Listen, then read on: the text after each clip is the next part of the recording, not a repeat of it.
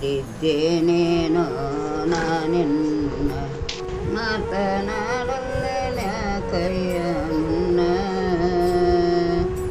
ಬೇಡಿದ್ದೇನೇನೋ ನಾನಿನ್ನ ಬೇಡಿದ್ದೇನೇನೋ ನಾನಿನ್ನ ಮಾತನಾಡಲ್ಲೆಯ ಕೈಯ ಮುನ್ನ ಬೇಡಿದ್ದೇನೇನೋ ನಾನಿನ್ನ ವನ್ನೋ ಹಣವನು ಬೇಡಿದ್ದೇನೆ ನಾ ಮತ್ತೆಲ್ಲಿ ತರಲೆಂದು ಮುನದೆ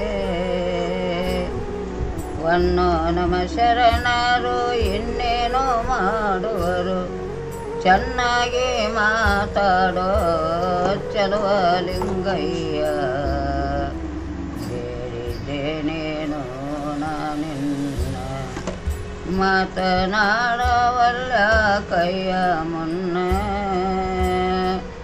ಬೇಡಿದ್ದೇನೇನೋ ನಾನಿನ್ನ ಮತ್ತು ರತ್ನಗಳು ಬೇಡಿದ್ದೇನೆ ನಾ ಮತ್ತೆಲ್ಲಿ ತರಲೆಂದು ಮುನದೆ ಮುತ್ತು ನಮ ಶರಣರು ಮತ್ತೇನು ಮಾಡುವರು ಇತ್ತೊಮ್ಮೆ ಮಾತಾಡೋ ಚಲುವ ಲಿಂಗಯ್ಯ ಬೇಡಿದ್ದೇನೇನೋ ನಾನಿನ್ನ ಮಾತನಾಡವಲ್ಲ ಕೈಯ ಮುನ್ನ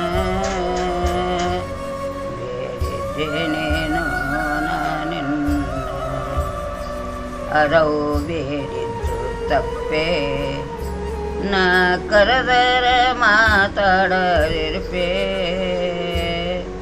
ನೆರಹರಿ ಕೇಳಿದರ ಇದೇನೆಂದು ನಗುವರು ತಡವಲ್ಲ ಮಾತಾಡೋ ಗುರುವೇ ಲಿಂಗಯ್ಯ ಬೇಡಿದ್ದೇನೆ ನಾನಿನ್ನ ಮಾತನಾಡವಲ್ಲ ಕೈಯ ಮುನ್ನ ಬೇಡಿದ್ದೇನೇನೋ ನಾನಿನ್ನ ಅರವು ಬೇಡಿದ್ದು ತಪ್ಪೆ ನಾ ಕರೆದರ ಮಾತಾಡದಿರ್ಪೆ ನೆರಹರಿ ಕೇಳಿದರ ಇದೇನೆಂದು ನಗುವರು ತರವಲ್ಲ ಮಾತಾಡೋ ಗುರುವೇ ಲಿಂಗಯ್ಯ ಬೇಡಿದ್ದೇನೇನೋ ನಾನಿನ್ನ ಮಾತನಾಡವಲ್ಲ ಕೈಯ ಮುನ್ನ ಬೇಡಿದ್ದೇನೇನೋ ನಾನಿನ್ನ ಬದ್ಧವೇನಯ್ಯ ನಿಮದು ನಾನೆದ್ದು ಬಂದವಳೆಂದು ತಿಳಿದೆ ಎದ್ದೊಮ್ಮೆ ಮಾತಾಡೋ ಸಿದ್ಧರು ಸವನಗೂಡ ಮುದ್ದು ಮೋಕದ ಸ್ಥಳದ ಗುರುವೇ ಲಿಂಗಯ್ಯ ಬೇಡಿದ್ದೇನೇನೋ ನಾನಿನ್ನ ಮಾತನಾಡವಲ್ಲ ಕೈಯ ಮುನ್ನ ಬೇಡಿದ್ದೇನೇನೋ ನಾನಿನ್ನ ಬದ್ಧವೇನಯ್ಯ ನಿಮದು ನಾ ಎದ್ದು ಬಂದವಳೆಂದು ತಿಳಿದೆ ಎದ್ದೊಮ್ಮೆ ಮಾತಾಡೋ ಸಿದ್ಧರು ಸವನಗೂಡ ಮುದ್ದು ಮೋಕದ ಸ್ಥಳದ ಗುರುವೇ ಲಿಂಗಯ್ಯ ಬೇಡಿದ್ದೇನೇನೋ ನಾನಿನ್ನ ಮಾತನಾಡವಲ್ಲ ಕೈಯ ಮುನ್ನ ಲಿಂಗಯ್ಯನ ಜೊತೆಗೆ ಶರಣರು ಮಾತನಾಡುವ ಒಂದು ಪರಿಯನ್ನು ಆ ಒಂದು ಹಾಡಿನ ಮುಖಾಂತರ ಕೇಳಿದ್ರಲ್ಲ ಸ್ನೇಹಿತರೆ, ಅದರ ವಿವರವನ್ನು ತಿಳ್ಕೊಳ್ಳೋಣ ಬರ್ರಿ, ನೋಡೋಣ ವಿವರವನ್ನು. ಲಿಂಗಯ್ಯ ಅಂದರೆ ನಮ್ಮ ಶರಣರು, ಈ ಶರಣಿಯರು ಆ ಒಂದು ಲಿಂಗದ ಜೊತೆ ಅವಿನಾಭಾವ ಸಂಬಂಧ ಐತಿ. ನಮ್ಮ ಜಂಗಮರಾಗಲಿ ಶರಣರಾಗಲಿ ಈ ಲಿಂಗದೊಳಗೆ ಲಿಂಗವಾಗಿ ಲೀನವಾಗುವ ತನಕ ಆ ಹುಟ್ಟಿನಿಂದ ಕೊನೆಯವರೆಗೂ ಈ ಒಂದು ಲಿಂಗದ ಜೊತೆಗೆ ಅವಿನಾಭಾವ ಸಂಬಂಧವನ್ನು ಇಟ್ಕೊಂಡು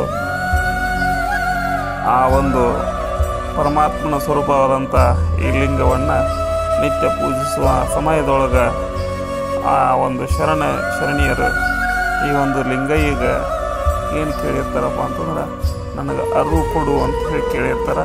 ಆ ಅರಿವನ್ನು ಕೊಡು ಅಂತ ಕೇಳಿದಾಗ ಲಿಂಗಯ್ಯ ಅವ್ರ ಜೊತೆ ಮಾತನಾಡದಿರುವಾಗ ಈ ಒಂದು ಪದವನ್ನು ಹಾಡುವಂಥ ಈ ಒಂದು ಪದ ಹುಟ್ಕೊಂಡೈತಿ. ಹಾಗಾಗಿ ಈ ಪದ ಎಷ್ಟು ನಿಮಗೆ ವಿಶೇಷ ಅನಿಸಿರ್ತೈತೆ ಅನ್ನೋದನ್ನು ಹೇಳ್ರಿ. ಆ ವಿಶೇಷವಾದ ಪದದ ಅರ್ಥವು ನಿಮಗೆ ತಿಳಿದಿತ್ತಪ್ಪ ಅಂತಂದ್ರೆ, ಎಲ್ಲ ನಿಮಗೆ ಇದ್ರ ಬಗ್ಗೆ ಭಾಳ ಅನುಭವ ಇತ್ತಂದ್ರೆ ಕಮೆಂಟ್ನಲ್ಲಿ ನಿಮ್ಮ ಅನಿಸಿಕೆ ಅಭಿಪ್ರಾಯಗಳನ್ನು ತಪ್ಪದೆ ತಿಳಿಸ್ರಿ. ಹಣ, ಹಣ್ಣು ಇವುಗಳನ್ನು ನಾನು ಏನೂ ಬೇಡಿಲ್ಲ, ನಾನು ಯಾವುದೋ ಧನ ಸಂಪತ್ತನ್ನು ಬೇಡಿಲ್ಲ, ಆದರೂ ನನ್ನ ಜೊತೆ ಯಾಕೆ ಮಾತಾಡೋಲ್ಲ. ಈ ಒಂದು ಮೊದಲಿಗೆ ಶರಣರು ಆ ಒಂದು ಅವರ ಕರದಲ್ಲಿ ಕೂತಂಥ ಲಿಂಗಪ್ಪನಿಗೆ ಒಂದು ಅವಿನಾಭಾವ ಸಂಬಂಧದಲ್ಲಿ ಭಾವನಾತ್ಮಕವಾಗಿ ಹಾಡಿದಂಥ ಈ ಗೀತೆಯ ಸಾರ. ನಾನು ಹಣ್ಣು ಬೇಡಿನಿ, ಧನ ಧಾನ್ಯ ಬೇಡಿನಿ ಅಂತ ನೀ ಅಂತ ತಿಳ್ಕೊಂಡಿರ್ಬೇಕು. ನೀನು ಬೇಡಿಲ್ಲ. ನಮ್ಮ ಶರಣರಿಗೆ ಆ ಹಣ್ಣು ತೊಗೊಂಡು ಏನು ಮಾಡ್ತಾರ? ನಮಗೆ ಹಣ್ಣು ಏನೂ ಬೇಡ, ನಮಗೆ ಈ ಜ್ಞಾನವನ್ನು ಕೊಡು ಲಿಂಗಯ್ಯ ಅಂಥೇಳಿ ಆ ಲಿಂಗಯ್ಯನಲ್ಲಿ ಬೇಡ್ಕೊಳ್ಳುವಂಥ ಒಂದು ಪರಿ ಇದು.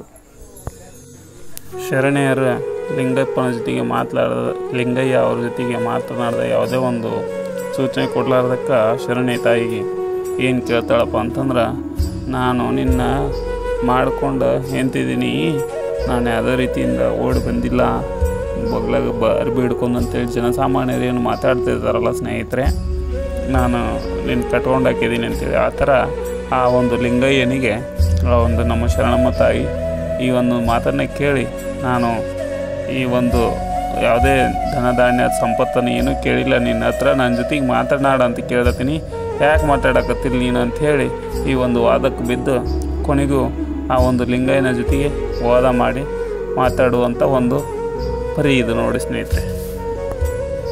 ಲಿಂಗಯ್ಯನ ಜೊತೆಗೆ ನಮ್ಮ ಶರಣೀಯರ ಸಂಬಂಧ, ಗಂಡ ಹೆಂಡರ ಸಂಬಂಧ ಯಾವ ಥರ ಇರುತ್ತಲ್ಲ ಅದೇ ಥರನಾಗಿ ಆ ಒಂದು ಸರಸಗರಿಸದ ಮಾತುಗಳು ಅದನ್ನು ಸೇರಿ ಕೂಡಿ ಮಾತನಾಡಲಾರ್ದಾಗ ಯಾವ ಥರ ಒಂದು ಆ ಲಿಂಗಯ್ಯನ ಜೊತೆಗೆ ಅದರ ಸಂಭಾಷಣೆ ಇರುತ್ತೆ ಅನ್ನೋದನ್ನು ಈ ಹಾಡಿನ ಮಕ್ಕಳು ಅಂತ ಕೇಳೋಣ. ತಮ್ಮ ಜೀವನದಲ್ಲಿ ಏನೇ ಒಂದು ಸಾಧನೆ ಮಾಡಬೇಕಾದ್ರೂ ಆ ಲಿಂಗಯ್ಯನ ಸ್ವರೂಪದಲ್ಲಿ, ಆ ಲಿಂಗಯ್ಯನ ಒಂದು ದೃಷ್ಟಿ ಮುಖಾಂತರ ಅವರು ತಮ್ಮ ಜೀವನದಲ್ಲಿ ಒಂದು ತನು ಮನ ಧನವನ್ನು ಆ ಒಂದು ಲಿಂಗಯ್ಯನಿಗೆ ಅರ್ಪಿಸಿ ಜೀವನ ಸಾಗಿಸ್ತಿರ್ತಾರೆ. ಹಾಗಾಗಿ ಈ ಶರಣರು ಬಹಳ ವಿಶೇಷವಾದ ಒಂದು ಪದ ಇತ್ತಿದೆ. ಈ ಹಾಡು ನಿಮ್ಗೆ ಇಷ್ಟ ಆತಪ್ಪ ಅಂತಂದ್ರೆ ಲೈಕ್ ಮಾಡಿರಿ, ಶೇರ್ ಮಾಡಿ, ಕಮೆಂಟ್ ಮಾಡಿರಿ, ಸಬ್ಸ್ಕ್ರೈಬ್ ಮಾಡೋದನ್ನು ಮರಿಬೇಡ್ರಿ. ವಿಡಿಯೋವನ್ನು ಸಂಪೂರ್ಣ ನೋಡಿದ್ದಕ್ಕಾಗಿ ನಿಮಗೂ ಧನ್ಯವಾದಗಳು.